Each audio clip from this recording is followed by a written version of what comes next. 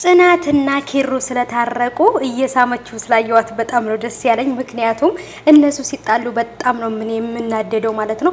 እንግዲህ እቺ ወፈፌ እንግዲህ እነሱ በቃ የፍቅር ጊዜ ሲያሳልፉ ሲጫወቱ ስትሰማቸው ልክ ከእንቅልፉ እንደባነነ ሰው መስላ ነበር በር ከፍታ የገባችው።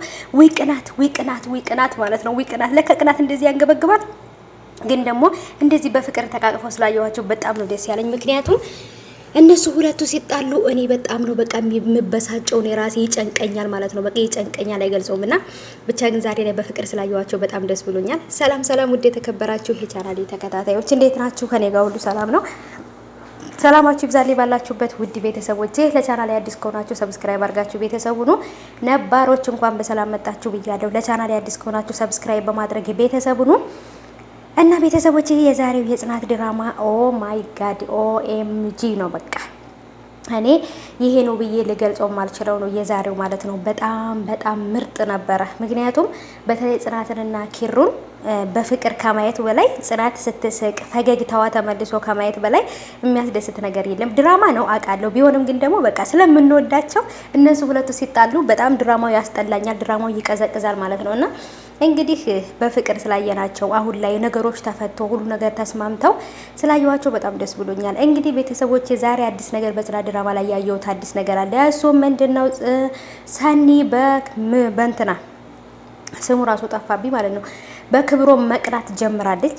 በክብሮም እንዴት ከልጅቷ ጋር ራሱ አዲስና ኪራ ቤት ያለችው ልጅ ከሷ ጋር አብረ ልተኛ አይደለም እኔ ከሷ ጋር ግርግዳ ራሱ ሸፍኗቸው አብራችሁ ብታድሩ እንኳን ራሱን ያላምናችሁም ብላለች ማለት ነው። ምክንያቱም አላምናትም ብላለች ልጅቷን እና ስለዚህ ሰኒ እንግዲህ ከክብሮም ፍቅር ፍንቅቅቅ አድርጓታል። ፍቅር ይዟታል ማለት ነው ቤተሰቦች። እና ናሆሚም ደግሞ እንግዲህ ምሩን ስራ ስትሰሪ ያምሻል ታውቂያለሽ፣ እኔ ያላንቺ ማላለኝ እያለ እንግዲህ ሆዷን ለመብላት ወይም ደግሞ ሆዷን እንትን ለማለት እየሞከረ ነው።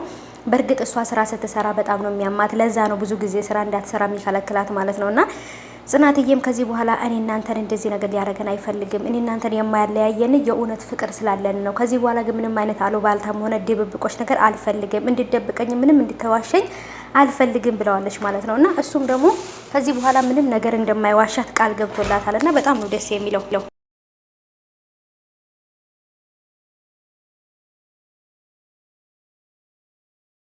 እና ቤተሰቦቼ እነሱን በፍቅር ስላየዋቸው ደስ ብሎኛል። ሰንዲም ደግሞ እንግዲህ ፍቅር እንደያዛት አረጋግጫለሁ ከክብሮም ማለት ነው።